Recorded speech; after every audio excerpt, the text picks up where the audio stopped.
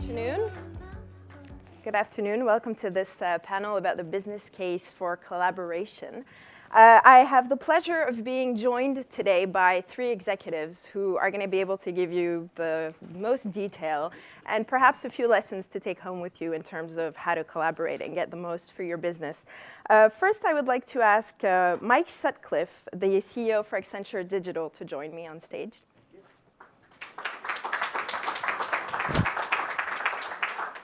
We are also joined by Thaddeus Arroyo, the AT&T business CEO today.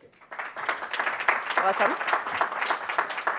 And finally, Bob Wheeler, if you'd please join us on stage. He is the CEO of Airstream. Please have a seat, gentlemen. So for those of you who don't know Airstream, it's an RV, or as Bob puts it more elegantly than me, a home on wheels company.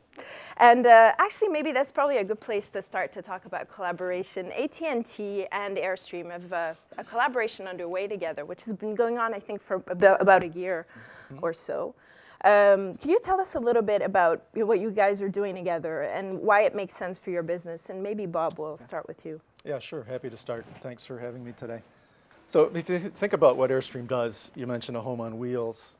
So as our customers started becoming more connected in their smart homes, they expected that same kind of connectivity in their home on wheels, their Airstream. So smarter, more intuitive features, but enabled by connectivity. We had a choice of making these features controllable locally with Bluetooth or getting cloud connected and using services such as AT&T provides to give good connectivity remotely and anywhere you want to go.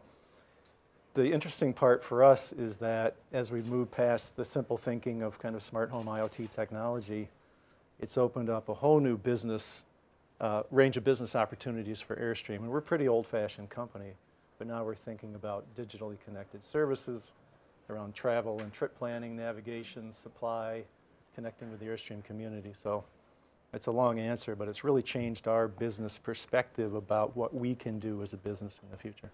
Thaddeus, what does AT&T do exactly as part of that partnership? Sure, let me talk about this because I think when you look at the innovation that we want to drive to the marketplace as we connect objects in addition to connecting people, particularly for businesses, what we look at is where is the opportunity for us to go and impact experiences in new ways and ultimately allow businesses to extend their reach into their customers and maybe even transform those experiences. And so I think as you look at our collaboration with Airstream, this was an extension of what we've been doing for years with the automotive industry, now even the trucking industry. Today, we support globally 31 brands. Now we have 32 with Airstream, even though there's not an engine in front of it unless something's pulling it. Now we have an opportunity to reconnect them in a new way. I think we're moving into an era where everybody and everything is connected. And if you look at what we're doing around creating a platform to extend those capabilities, is how you bring those together and create conversations with objects that help elevate and create these new experiences that are going to measure if you think about this, the willingness to select a product. And I think this is the great example to start with, because when you look at now the connected recreational vehicle, you've now elevated that, you've made it more environmentally efficient, but you've created an ability now to extend its use beyond potentially just a weekend, because now you can support your traditional needs in an extended fashion, but you can also control aspects of that allow you to have the vehicle cool before you even get back to it. And so what we're oriented around is connecting everything on this planet that ultimately can improve and enhance an experience, can drive a more efficient sustainability model for every industry, and we're doing this across multiple verticals. Where beyond automotive, that's obviously a big driver, but we've gone from connecting 1 million net new things, and I'm not talking people, to our network each quarter. If you look at the last 6 months, to connecting 1 million net new things every month. That's how ideation is being spawning and the innovation that we see coming from this connected ecosystem. And that's what's so exciting, is to collaborate with orthogonal players and find new use cases. Because as we find one here, we can apply it to healthcare. We can apply this now beyond all of the traditional sets and we're already doing this in cities. And so I don't think there's an end to the benefits. And it really, as we begin talking about this next generation, we think this will only go to the next level as we move into a world where we have no inability to connect virtually every object on the planet. This is just the beginning with the travel trailer. We'll come back a little bit later to kind of Sure. the different objects we're connecting Yep. and the business cases behind them. Okay. But to me, the key question is, so, sure, we're connecting everything, but what's that mean for business, and how is it affecting business? So in your case, Bob, you mentioned how, you mentioned to me how it's helped you gather data and come up with new products. Could you talk a bit about that and how, connecting the RVs has affected your business? Well, sure. We've had a great connection with our customers historically, but a lot of it's been anecdotal and through customer surveys and focus groups. Now, as we start to roll out more and more smart connected Airstreams into the marketplace, we're starting to get fantastic data, telemetrics, understanding how people use their systems, which how they cool, how they heat, tank levels, resource use, electricity, LP, water. As we understand these use cases, we can fine-tune our offerings to make the products better and more relevant. And then, as I mentioned, we start to think about all the other things we can do to affect that customer experience. How can we make travel safer? How can we make it more enjoyable, less hassles? How can we connect Airstreamers with other Airstreamers? They're kind of like a flock. They like to flock together.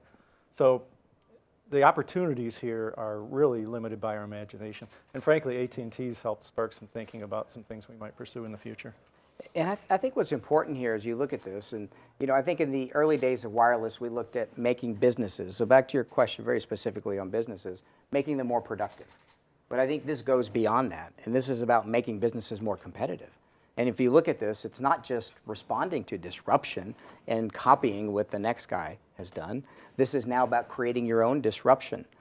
If you look at what Airstream has done in this one use case, they have the first in the industry to do this. This is creating new disruption. It's also the ability to not just respond or create disruption, but to create new business models.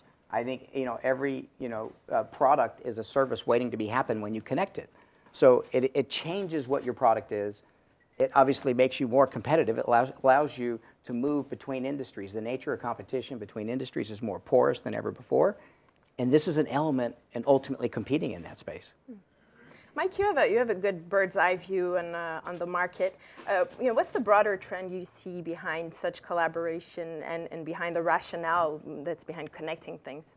It's interesting. The story is familiar because what Airstream talks about is their customer experience, and that's the lens that we see people looking at the world through. And as they consider the experiences, they ask, how are people using the product, and can we redesign that next generation of the product to be more efficient and more effective for that specific customer?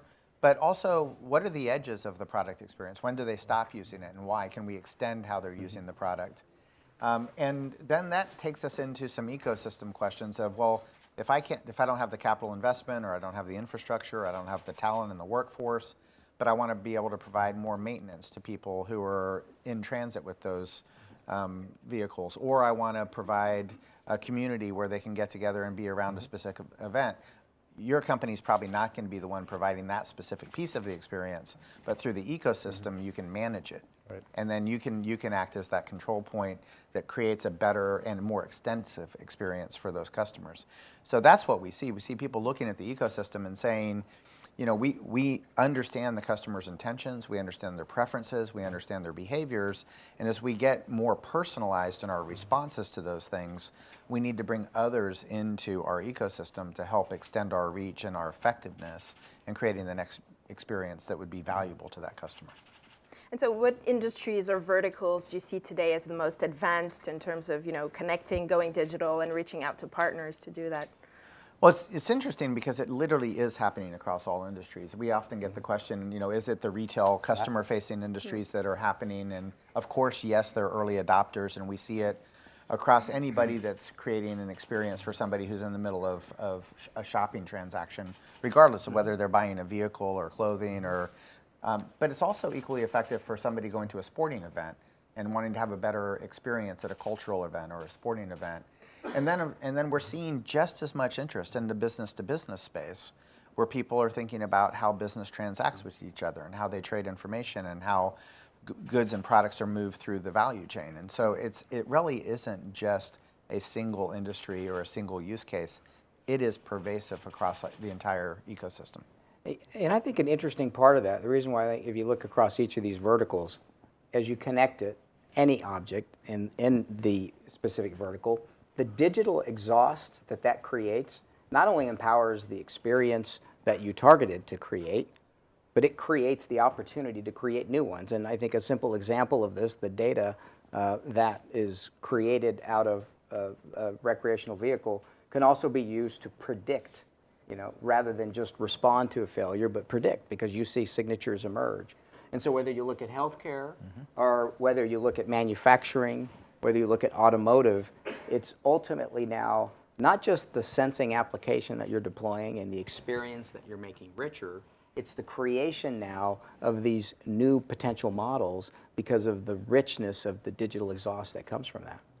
And what verticals do you think stand to benefit the most? You mentioned automotive. Seems like connected cars are kind of the natural, it's a natural thing for cars to get connected. What verticals do you think have the most potential business-wise?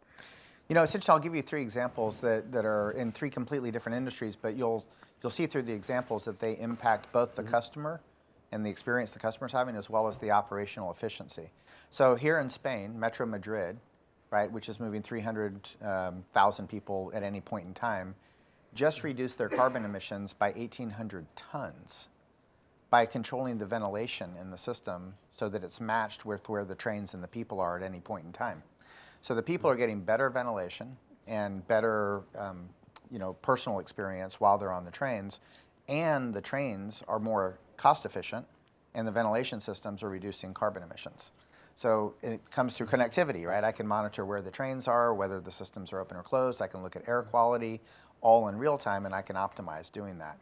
Then we shift gears and we look at a company like Airbus, where they're actually using the connected goggles in the production process for final assembly of the aircraft.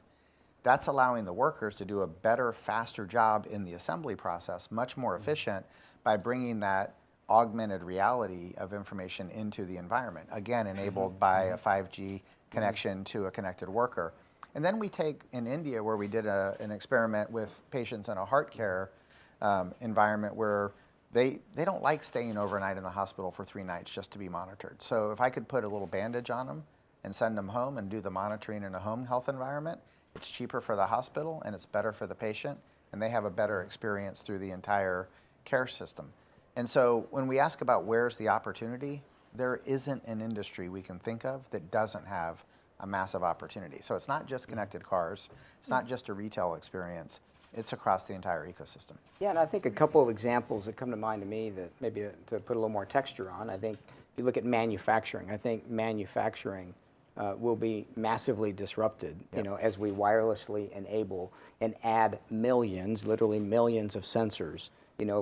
Manufacturing has been connected for many years in the physical world, but now as we deploy the next generation of wireless and we can extend those capabilities without the need for the physical infrastructure anymore, the next greatest sensor out there becomes the video camera and video analytics that becomes the driver of a manufacturing process and the ability to interpret along the way. So manufacturing, I think, will have a substantial impact, as you decouple it from the physical world and you allow wireless and sensors and connectors to be deployed anywhere in a very flexible environment.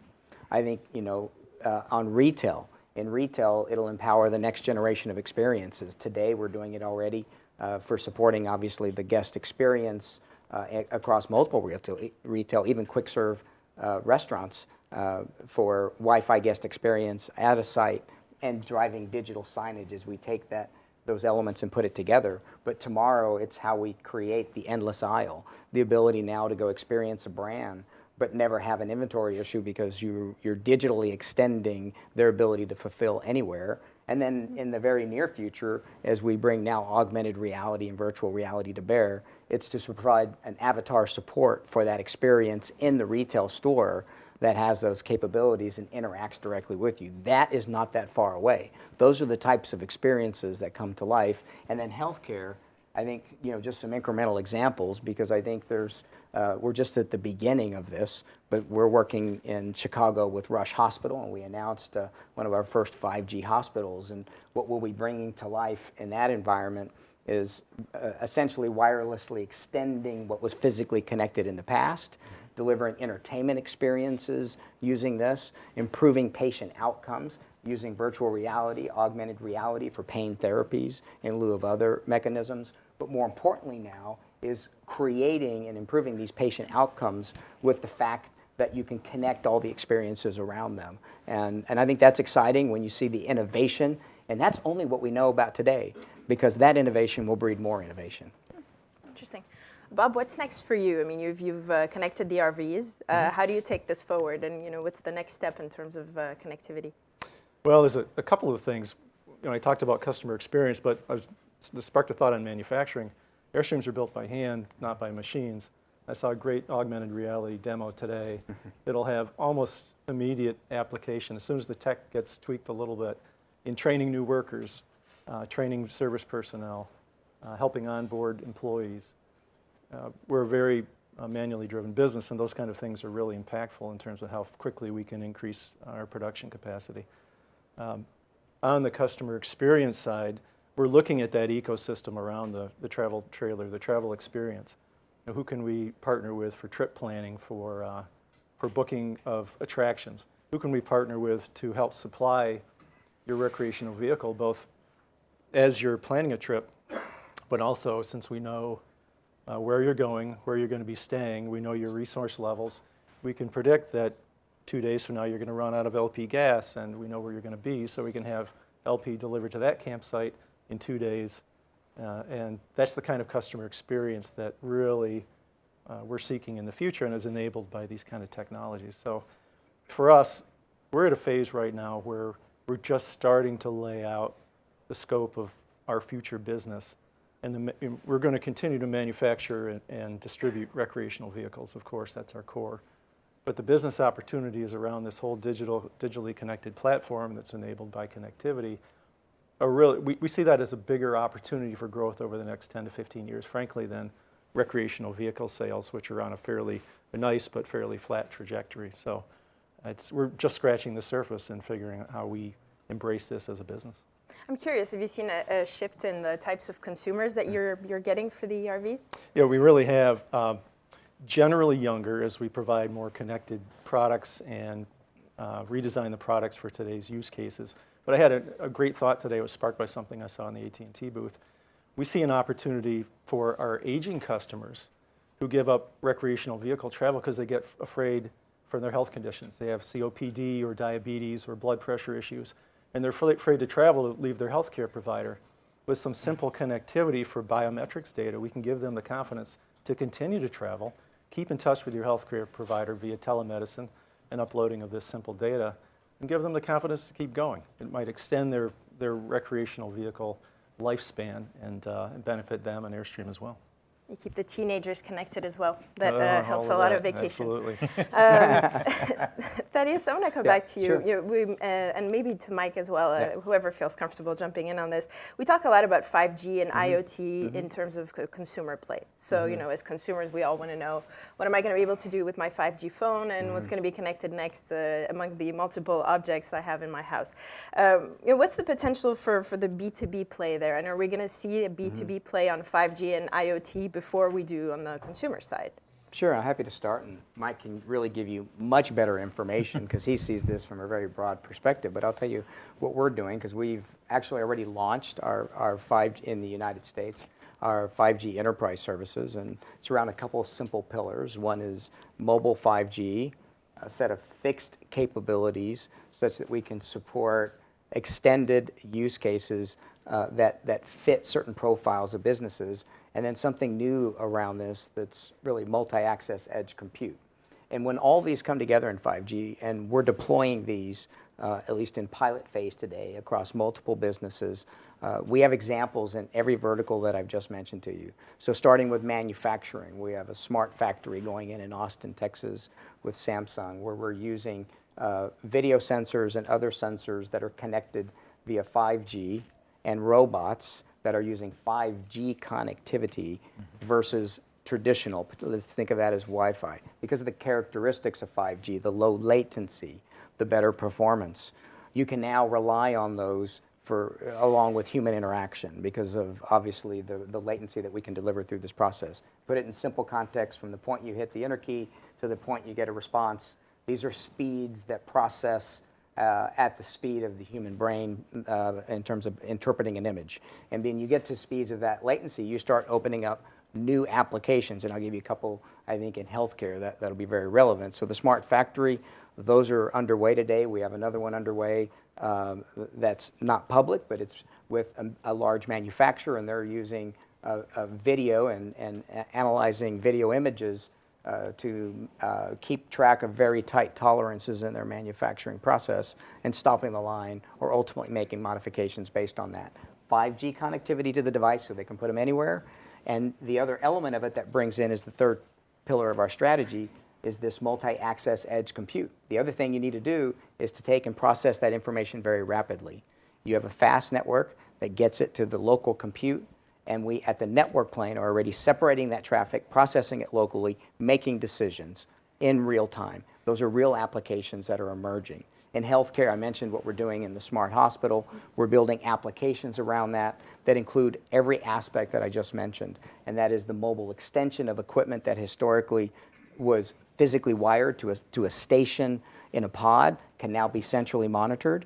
But now we're moving and extending beyond that with the extension now of compute on the premise, the ability now with what we're deploying in 5G to easily separate the traffic and send it to local compute versus what goes back to central, means that you can now start processing and managing these in near real time. And that's an enabler for medical robots, remote medical robots to be used during surgery. Can't have latency. So the nature of everything I've just described makes that possible, and will make that possible as this gets deployed widely across large geographies. And so that's an exciting element. The other element then is looking at 5G and using that to empower the next generation of mixed and augmented reality. What Bob saw today was a collaboration that we have underway with Magic Leap. They call it spatial computing because it's really the next generation beyond that. For anyone who wants to come visit our booth, be happy to show you and do a demo of that. But it's the next generation of spatial computing that now brings the physical world in with you. But to power this and to drive this compute, we don't want somebody walking around with a computer, so we use 5G technology to deliver that from the cloud. And so those are the types of experiences that become real. They become real in 5G. They become real now because we can build these on the physical premise today, put the in-building system in place, put the local compute. Everything I've just described can be put in place today and actually driven to scale, while the 5G networks are deployed on a much more wider geographic basis. So that means for carriers, the initial revenues from 5G are going to be coming from the business side, definitely. For us, they certainly are. And if you look at our initial implementations have largely been built around that, including where we've deployed 5G, mobile 5G into the zones. We're working with small businesses who can benefit from those. We're learning now, we're using one hotspot as the public device we have for standard-based mobile 5G, but we have 2 more devices coming out later this year. Gives us a chance to use real experiences to evolve our approach to that market. Yeah, it's not surprising. We see the first generation of demand coming from a business-to-business or an enterprise side of the house. But we're also, we're looking at Magic Leap and other devices. There's a question of when the immersive experiences are going to really come to life. And so far, we've been waiting on the devices to be good enough in terms of battery and the quality of the visual image that you're seeing. But when that comes to life, we think the entertainment and the gaming side of the market just explodes, as well as connected workers and safety applications. We are seeing a lot of demand from connected mines, connected operations, smart plants. We have a plant turnaround capability we do in the oil and gas industry where you've got 5,000 guest workers coming in to do a turnaround, and they all need to know what's going on. They're tracking the tools, the transportation, all of the components that are in a turnaround. And this is today. This is all happening in real time. When we look at the future of production, where we want to have more configurable production so we can do shorter production runs closer to the market, that means the factories themselves have to be reconfigurable. And guess what? 5G is one of the underlying technologies that allows factories to start going that direction. So plenty of demand out there, literally dozens and dozens of use cases being done today, and we'll see dozens more coming online in the next couple of years. So we have about 5 minutes before the panel is over, and I really want you guys to leave the executives and entrepreneurs in the room with some advice. So if each of you had a piece of advice in terms of conducting digital transformation, which can be all but natural for some industries, about connecting your factories, about going towards connected objects and IoT, but also about doing collaboration. And finding the right partner for collaboration. What would your advice be on those points? Bob, we can start with you. I'll start. First, find partners that share your vision, and that goes beyond just technology. It comes back to culture and how they communicate. And again, we've had a great relationship that's really just begun with AT&T. But seek those partnerships. Look at the ecosystem around which services or products you provide, and find those partners in those space that can bring fresh thinking, innovation, but also has a good overlay with your culture, such that those kind of relationships will get off and continue on the right foot with companies that are aligned on more than just a technology basis. I think something, and something Bob told me that I'm going to use now, and that is being inspired by a best-in-class experience, and that's what drove the journey that ultimately brought them to us to connect the recreational vehicle. I've always said make sure we compare yourself to aspirational experiences, because if you look at when you're working on digital innovation, in the past we've had a tendency, and I'm a former chief information officer, to compare ourselves to how we did it before and how other competitors in our industry do it. And I think that's a mistake. I think we have to compare ourselves to the best-in-breed digital experience that you've ever consumed. I think that's a critical element, because that's how you're going to be measured. Your employees who use the technology that you give them will use that. Your customers are going to compare you to the best-in-class experience they've ever had digitally engaging with any product or service, not with just being better than what you've done before. And I think a final element, because I think it's so important, and it's how, it's a question I always ask the team, and it's not taking a linear approach. And a linear approach would say, how do I make what I'm doing today a little better if I can wirelessly connect it, if I can do something different? I like to begin with the concept of how do you want it to work? Because I think if you envision something and how you want it to work, whether it's a customer experience, whether it's how your teams are going to collaborate, the reality is with the technologies available today and with the technologies that are coming, you can. So if we begin with that, we move to a transformational innovation, not a linear one. And I agree with Thaddeus. I mean, the extension that we see on that is that, we talk about drawing a line between what you could do and what you should do. Where do you want to spend your energy? And what we see in the world of digital is we see this combinatorial effect of technology and data and analytics and artificial intelligence all coming together. And what happens is every once in a while, we see that there was a problem that was too hard to solve yesterday, which actually becomes solvable. And so in your businesses, in the industries that you're part of, there are these long known problems, the friction points in the industry. And the question is 5G one of these trigger point technologies that moves a problem from the too hard pile, just too hard to solve, into the pile it's solvable? And if I solve it first, will I gain and be able to defend a significant competitive advantage in the industry?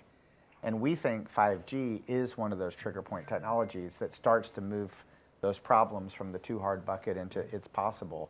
And that helps you to rethink, where should I draw the line between what I could do, which is maybe incremental improvements on the existing operating model, to what I should do, which is go reset the industry and define what good looks like tomorrow.